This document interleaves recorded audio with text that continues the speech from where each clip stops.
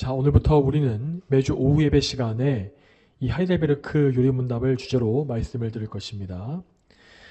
자, 지난번까지 웨스트민스터 소요리문답에서 그랬던 것처럼 우리는 앞으로도 질문과 답변으로 이루어져 있는 이 요리문답의 내용을 하나하나 살펴볼 것입니다.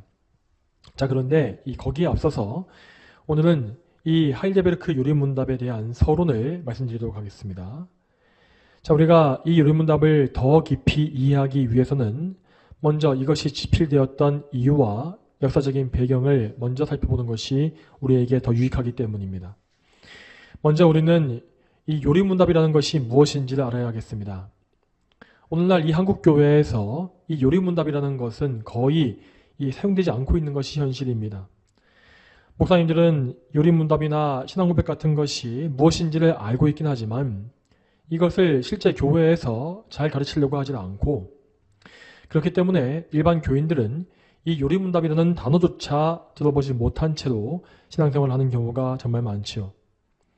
그렇지만 요리문답은 우리 개신교회의 기틀을 닦은 종교개혁자들이 이 성도들의 교육에 있어서, 신앙적인 교육에 있어서 가장 중요하게 여겼던 핵심 요소였습니다.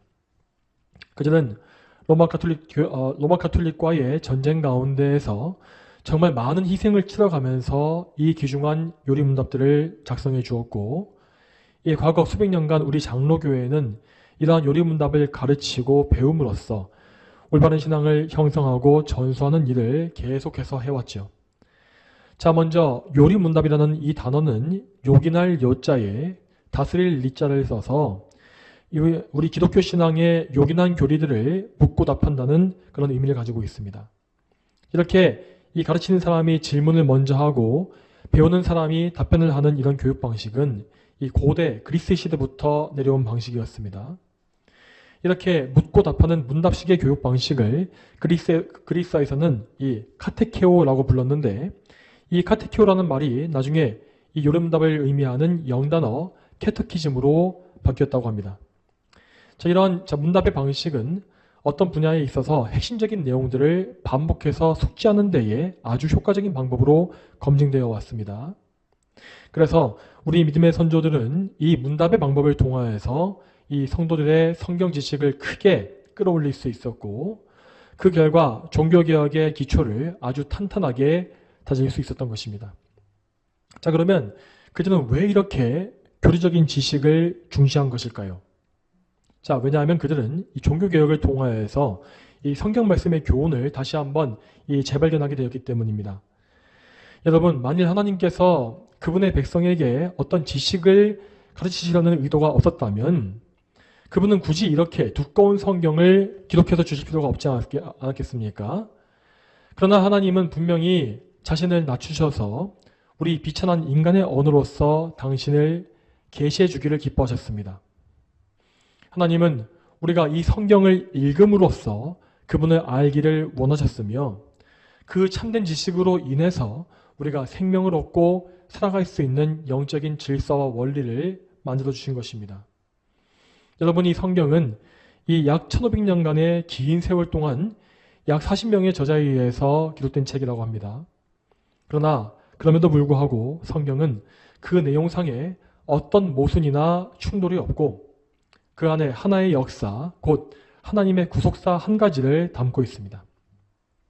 하나님께서는 그러니까 분명히 이 책에 하나의 질서 있는 지식체계를 담아 놓으신 것입니다.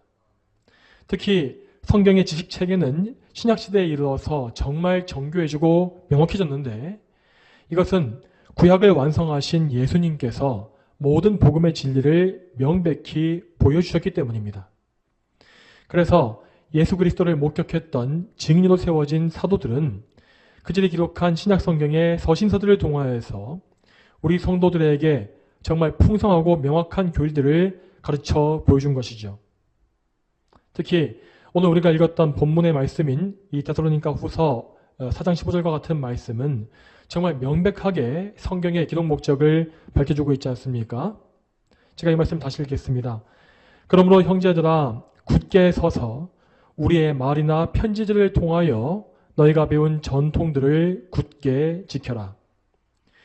여기서 말씀하고 있는 이 사도들의 편지란 것은 분명히 신약 성경을 가리키는 것입니다. 초대교회의 성도들은 분명히 성경을 통하여서 신앙의 원리를 배웠고 그것을 바른 전통으로 삼아서 굳게 지켜가는 역할을 했던 것이죠. 자, 그리고 우리 믿음의 선조들은 이제까지 우리에게 성경을 주신 이 하나님의 뜻이 무엇인지를 계속해서 정확히 알고 있었습니다. 그래서 그들은 성경을 연구해서 그 속에 담겨있는 영적 지식을 발견하기를 힘썼고 또한 그 지식들을 체계적으로 정리해서 모든 교인들에게 밝히 알려주려고 했던 것입니다. 그리고 그러한 노력의 결과물로서 이 초대교회는 사도신경을 작성했던 것이고 그 이후로도 교회의 공적인 회의를 통하여서 여러 가지 신앙 고백과 신조와 교리문답 등이 계속해서 만들어진 것이죠. 특히 종교개혁의 시대의 개혁자들은 로마 카톨릭의 이 천년간의 오류에 대항해서 참된 교회를 세우기 위해서 이 요리문답을 작성한 것입니다.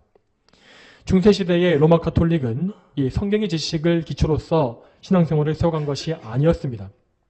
그들은 이 자기의 교인들을 그저 무식한 채로 방치해 두었고 성경을 아예 읽지 못하게 만들었으며 또한 미사의식과 고해성사 등의 이 종교적인 예식에 참석하는 것을 구원의 근거라고 주장했습니다. 이렇게 종교의식과 인간의 공로가 신앙의 중심이 되었기 때문에 중세시대 로마 카톨릭에서는 이 교리교육이라는 것 자체가 필요치 않았죠. 이 종교개혁자들은 이러한 천주교의 오류를 반복하지 않기 위해서 가장 효과적이고 체계적인 이 교리교육 방식을 도입했던 것입니다. 자, 그리고 개혁자들은 이 교회의 이 가장 핵심적인 교리를 잘 교육하기 위하여서 자, 사람의 생각이 아니라 성경의 가르침을 철저히 따라서 이 요리문답을 만들었습니다. 그래서 그들은 이 성경 교훈의 세 가지 핵심인 십계명과 주기도문 그리고 기독교 교리를 가장 기초가 되는 사도신경을 토대로서 교리문답을 작성한 것입니다.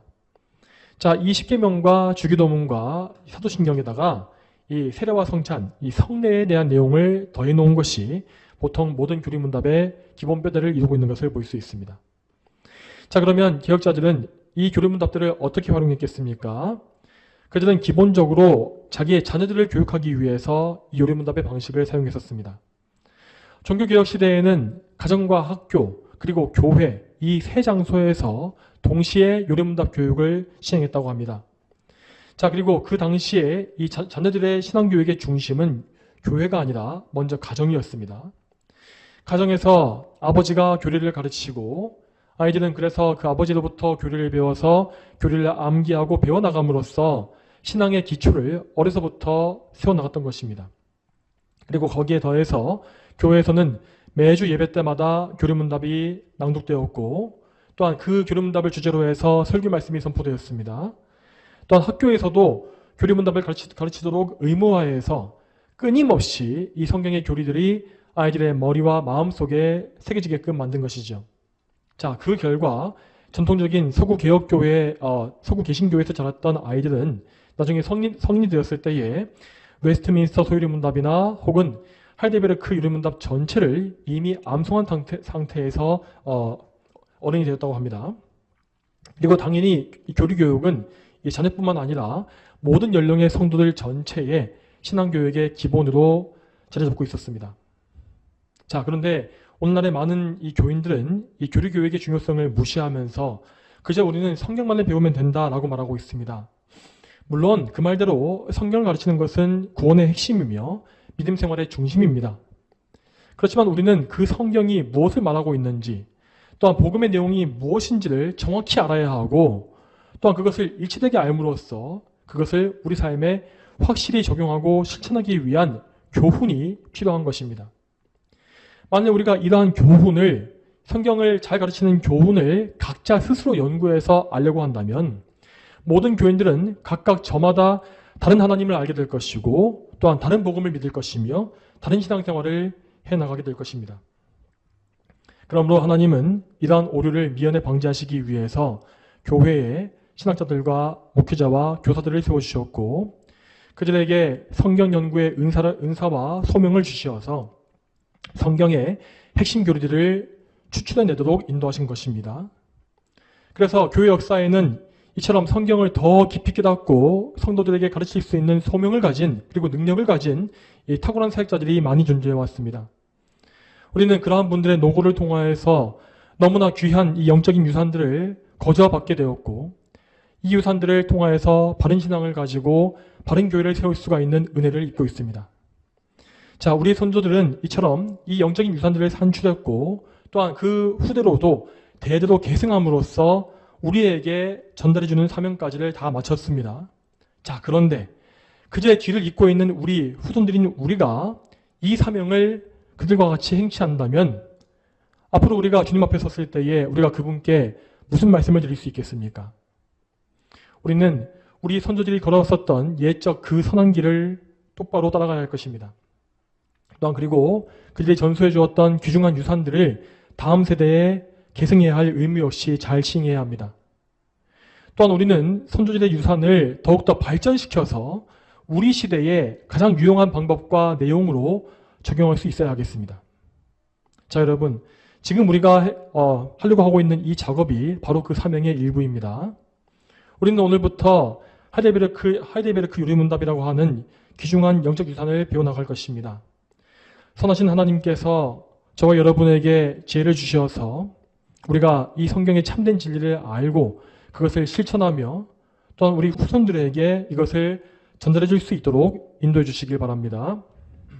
자, 그러면 다음으로 이 하이델베르크 요리문답의 역사적인 배경을 살펴보겠습니다.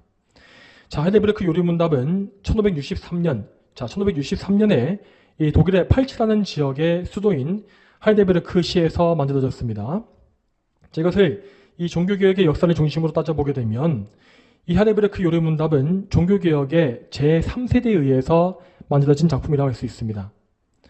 이 종교개혁의 1세대에는 이 1517년 개혁을 시작했던 마틴 루터를 위시해서 치빙길리와 같은 인물들이 있었고 또 그리고 이어지는 개혁의 2세대에는 이 종교개혁의 신학과 교리를 집대성했던 존 칼빈이 대표적입니다.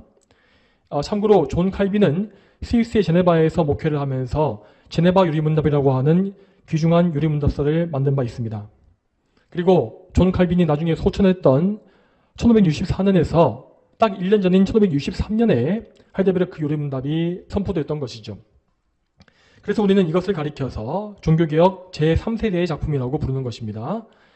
자, 그 당시에 독일은 이 신성 로마 제국이라고 불렸는데 이 신성 로마 제국의 황제는 다른 유럽의 왕들과 다르게 이 선제후들에 의해서 선출되어서 세워진 통치자였다고 합니다.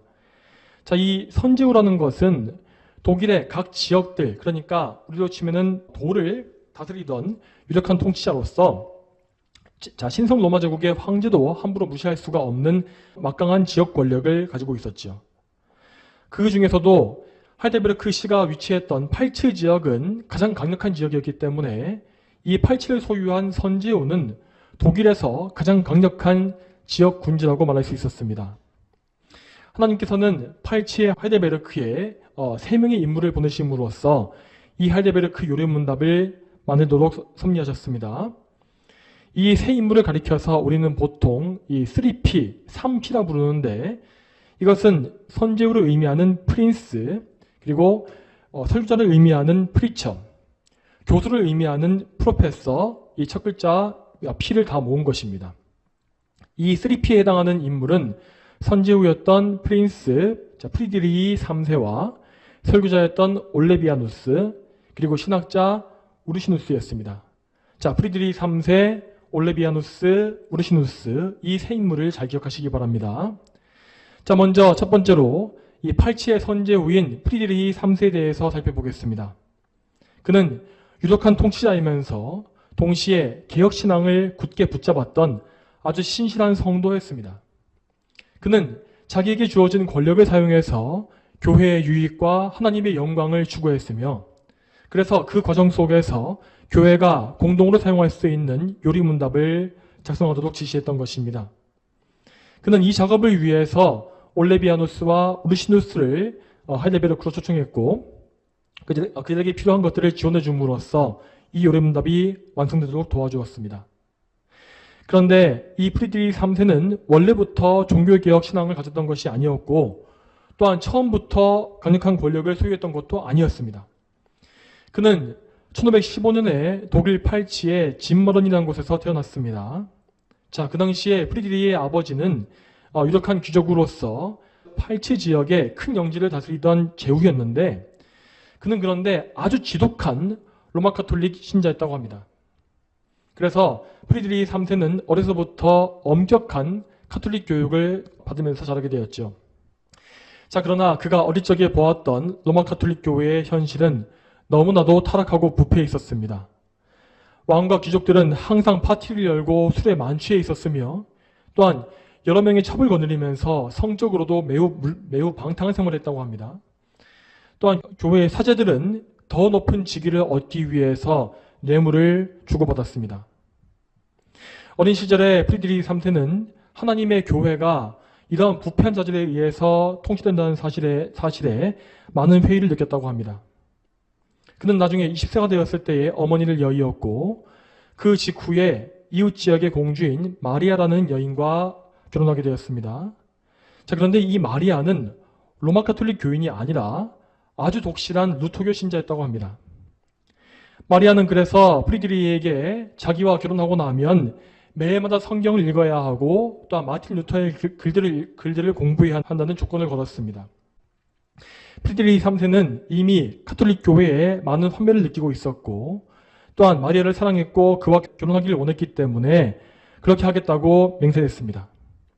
그렇게 해서 결혼하게 된 그 두 사람은 카톨릭의 신앙을 떠나서 루터파 교회의 신앙생활을 해나갔습니다. 프리드리히는 아내로부터 루터의 교리문답과 신학을 배워나가게 되었고 그래서 점점 더 종교개혁의 신앙에 신실한 신자가 되어갔습니다. 그렇지만 그들의 초기 결혼 생활은 대단히 궁핍했다고 합니다. 왜냐하면 철저한 카톨릭 신자였던 프리드리히의 아버지가 아들에 대한 모든 경제적인 지원을 다 끊어버렸기 때문이죠. 그 덕에 프리드리히와 그의 아내 마리아는 때때로 이 한 끼를 먹는 것을 걱정해야 할 만큼 큰 어려움을 겪어야 했고 또 그 가운데서 7명의 아이들까지 낳아서 키웠다고 합니다. 그러나 그는 그 고난에 굴하지 않았고 차라리 그리스도와 함께 가난하게 사는 편을 택했습니다. 이렇게 그는 약 20년간을 가난한 제후로 살게 되었는데 그 기간 중에 프리드리히는 영토와 재물에 의지하지 않고 하나님께만 의지하는 방법을 터득했습니다. 그리고 그는 오히려 그 기간 동안에 시간적인 여유를 얻었기 때문에 기도와 성경 공부를 더 많이 할 수 있었죠. 그러한 고난의 과정을 20년간이나 오래 거친 이후에 그는 마침내 아버지의 영지를 물려받게 되었고 나중에는 자녀가 없이 일찍 죽었던 숙부의 뒤를 이어서 팔츠 전 지역의 선지후 자리에 오르게 되었습니다.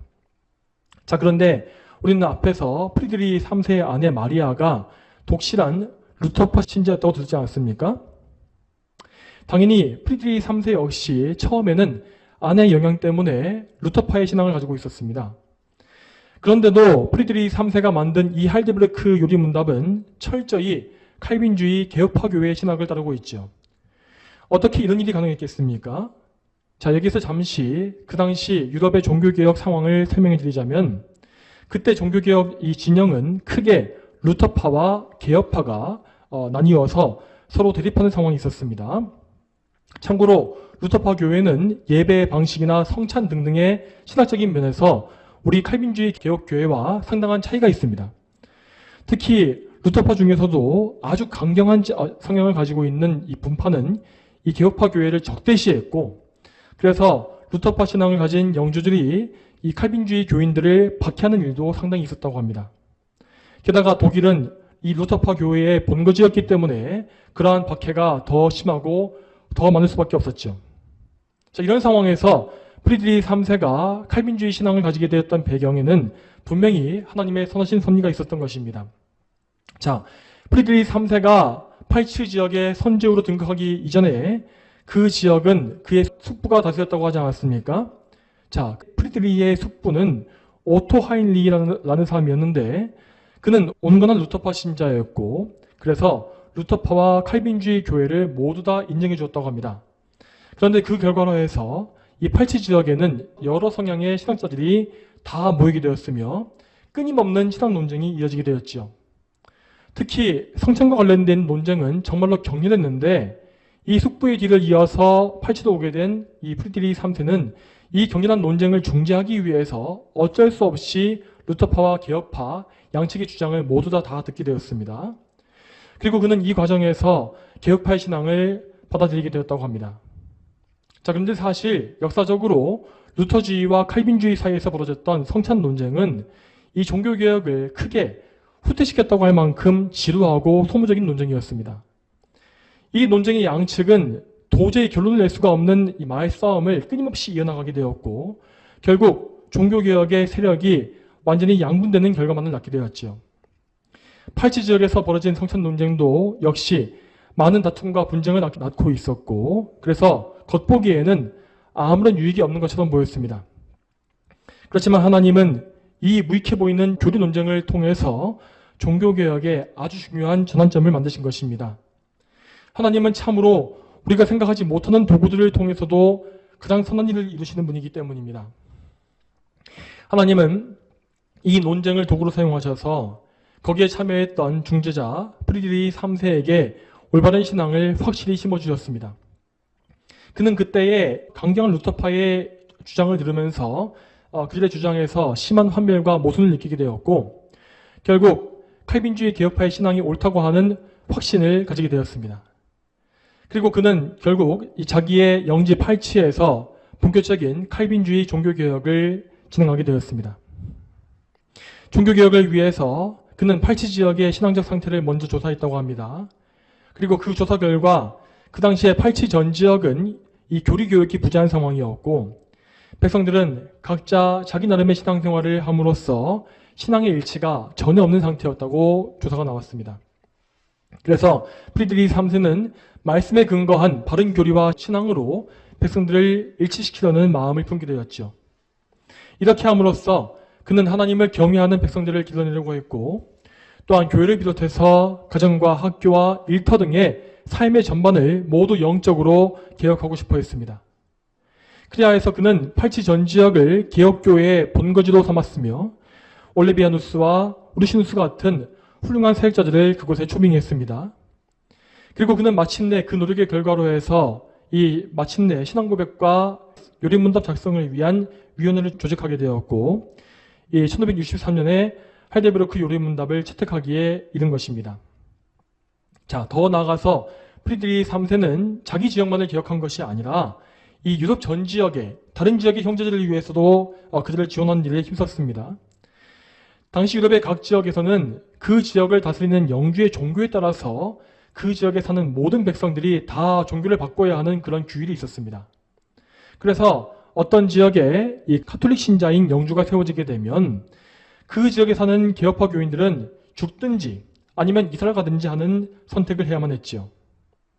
그래서 당연히 유럽의 각지에는 자기의 신앙 때문에 난민이 되는 그런 그리스도인들이 많아지게 됐다고 합니다. 프리드리히 3세는 이러한 난민들에게 주목했고 그들을 자신의 영지인 팔치로 데려왔습니다. 그는 이렇게 참으로 주님의 몸된 교회와 형제들에 대한 영적인 관심과 사랑을 가지고 있었던 것입니다. 또한 프리드리히 3세는 당시 유럽 곳곳에서 일어났던 카톨릭과의 전투에도 여러 번 참여했다고 합니다. 로마 카톨릭의 교회가 칼빈주의 성도들을 공격하게 되면 그 전투에 자기 영지의 군대를 보내서 그리스도인 형제들을 구해냈던 것이죠. 그런데 그 과정에서 그는 전투에 참여했던 자기 아들들이 전사하는 슬픔을 겪기도 했다고 합니다. 하지만 그에 굴하지 아니하고 신앙을 위한 싸움을 평생에 계속해 나갔습니다. 그는 총 17년간 선지자로 통치하면서 교회의 역사와 참된 신앙의 전수에 큰 업적을 남겼습니다. 그는 1576년 61세의 나이로 하나님의 부르심을 받았는데 병상에서 그는 이러한 유언을 남겼다고 합니다. 자, 이 유언이 좀 길지만 제가 다 읽어드리겠습니다. 자, 주님께서는 기뻐하시는 대로 언제든지 나를 불러가실 것이요. 내 양심은 내 마음을 다해 섬긴 주 예수 그리스도 안에서 기쁘고 평안하오. 하나님께서는 내 땅의 모든 교회와 학교에서 백성들이 사람이 아니라 그리스도 한 분에게로만 인도되는 것을 보게 해주셨소. 비록 내 힘이 보잘것없었을지라도 교회를 위해 내가 할 수 있는 일을 해왔소. 내가 태어나기 전부터 당신의 교회를 보살펴 오신 전능하신 하나님께서는 여전히 살아계셔서 하늘에서 다스리고 계시오. 하나님께서는 우리를 저버리지 않으실 것이오. 이 방에서 그토록 자주 내 무릎 위로 흘렸던 주님을 향한 내 눈물과 기도가 열매 없는 것으로 드러나지 않게 하실 것이오. 하나님의 백성들의 기도로 말미암아 나는 여기에서 살 만큼 살았소. 이제는 내 구주와 함께 참된 안식에 들 때요. 여러분, 이 경건한 한 명의 성도가 죽는 순간에 얼마나 아름다운 신앙 고백을 하고 있습니까? 그는 자기가 받은 소명을 따라서 정말 후회 없는 일생을 살았고 결국 자기 일생을 다간 이후에 자신의 영혼을 하나님께 맡겼습니다. 그리고 그는 그가 평생에 사랑해왔던 그리스도의 교회를 그 주인이신 그리스도께서 챙겨주실 것을 믿음으로 평안히 눈을 감은 것입니다. 저와 여러분 역시 이러한 신앙 선배들의 유지를 이어받아서 말씀을 바르게 알고 하나님을 기쁘시게 하는 경건한 삶을 살게 되기를 소망합니다. 자, 그리고 다음으로 이어지는 인물은 설교자였던 올레비아누스입니다. 그는 1536년에 독일의 트리에르에서 부유한 사업가이자 정치인인 아버지에게서 태어났습니다. 자, 그가 태어났던 독일의 도시인 트리에르는 이 독일 로마 카톨릭 교회의 중심지로서 종교개혁과는 애초에 거리가 먼 도시였다고 합니다. 그런데 올레비아누스는 부유한 아버지 덕에 프랑스로 유학을 갈 수 있었는데, 자, 그 프랑스 땅에서 종교개혁의 약동을 처음으로 목격하게 되었다고 합니다.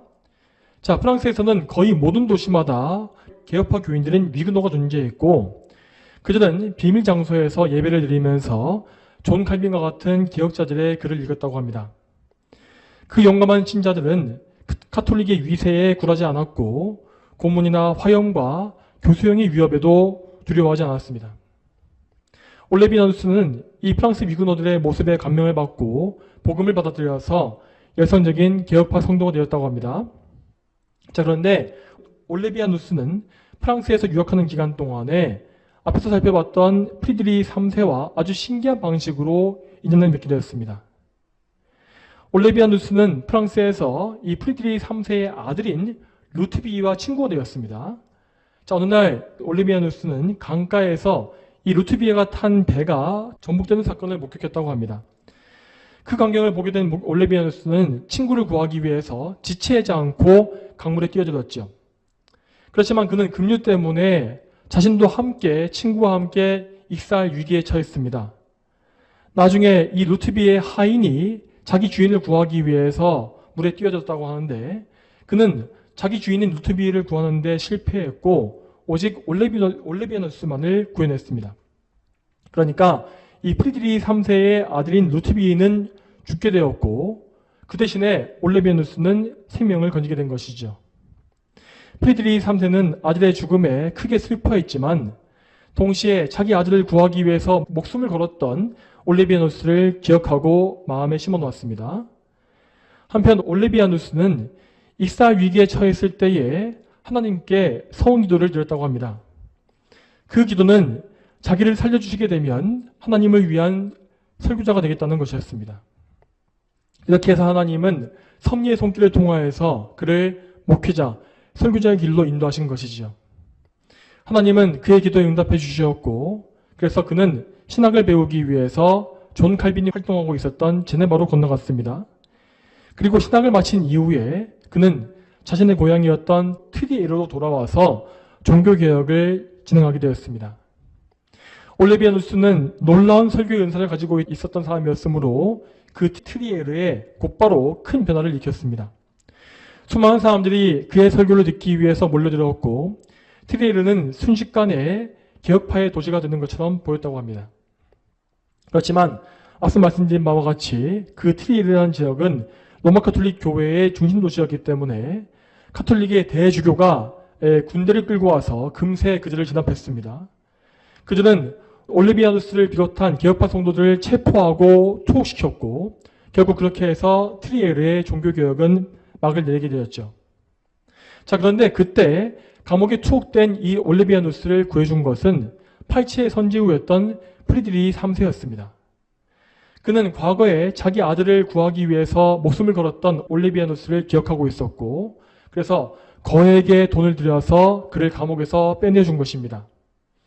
이렇게 해서 올레비아누스는 할데베르크의 종교개혁에 가담하게 되었습니다. 할데베르크에 도착한 이후로 올레비아누스는 프리드리히 3세에게 개혁파 신앙에 대해서 많은 것을 말해주었다고 합니다. 그래서 프리드리히 3세는 올레비아누스의 지식과 신앙에 대해서 감탄하게 되었고, 그리하여 나중에 그에게 교리문답의 작성의 중책을 맡기게 되었습니다. 이렇게 해서 올레비아누스는 할데베르크 요리문답의 작성에 큰 역할을 하게 되었고, 그리고 그 일 이후에도 평생의 설교자로서 하나님의 사역을 감당하다가 1587년에 51세의 나이로 하나님의 부르심을 받게 됩니다. 그의 병상 곁에서 한 사람이 그에게 이렇게 물었습니다. 형제여, 예수 그리스도 안에서 당신의 구원을 확신하십니까? 그러자 올레비아누스는 답하기를 확신하고 말고요 라고 말했다고 합니다.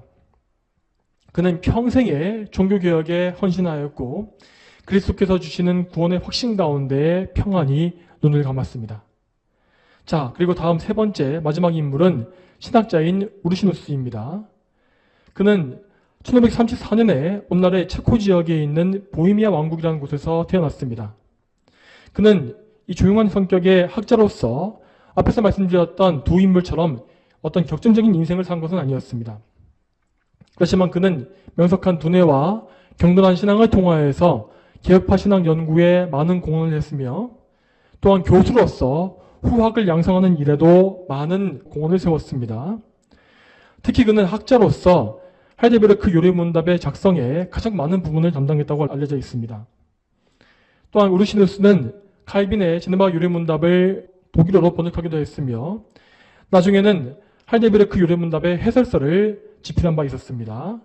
자, 그가 작성했던 요리문답 해설서는 우리말로도 번역되어 있어서 우리에게도 지금 많은 유익을 주고 있습니다.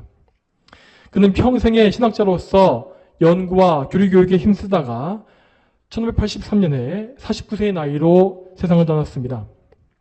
우르시누스의 무덤에는 이러한 비문이 새겨졌다고 합니다. 위대한 신학자, 그리스도의 위격과 성천에 관한 오류들을 물리친 승리자, 가능한 운명가요 저술가, 예리한 철학자, 지혜 있는 자, 젊은이의 엄격한 스승. 자, 이렇게 해서 할데베르크 요리문답을 남긴 이 세 사람은 모두 자신의 갈 길을 다 가고 주님의 품에 안겼습니다.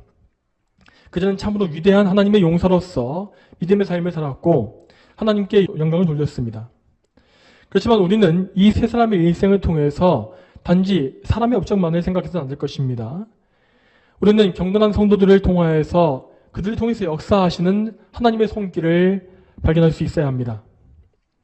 하나님은 할데베르크라는 도시에 각기 다른 배경을 가진 세 사람을 불러 모으셨고 그 세 사람을 통하여서 정말 놀라운 신앙의 유산을 만들게 하셨습니다. 할데베르크 요리문답은 지금까지 수백 년 동안 유럽 개혁주의 교회의 표준 교리 교육서로 사용되었고 그래서 수많은 성도들이 이 요리문답을 통해서 구원의 복음을 알아가는 은혜를 누려왔습니다. 여러분, 그리스도께서는 당신의 몸된 교회를 위해서 놀라운 일을 이루셨고 또한 지금도 이루어가고 계십니다. 비록 오늘날의 현대교회는 과거 저 종교개혁의 시대와 같이 위대한 일들이 일어나지 않는 것처럼 보이지만 그래도 우리는 우리 가운데 여전히 살아계시는 그리스도께 소망을 두어야 할 것입니다. 그분은 교회의 주인으로서 결코 우리를 저버리지 아니하실 것이며 반드시 모든 원수들을 멸하시고 참된 교회에 승리를 주실 것입니다.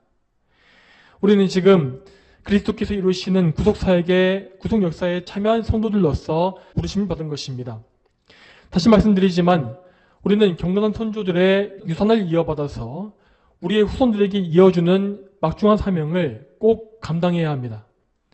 우리의 시대에 이 소중한 신앙의 전통이 끊어지지 않게끔 그리고 우리의 후대에 더욱더 참된 신앙의 열매가 더 많이 열릴 수 있도록 우리는 간절히 기도하는 가운데에서 우리의 소명을 받들어야 할 것입니다. 예, 다 함께 기도하겠습니다.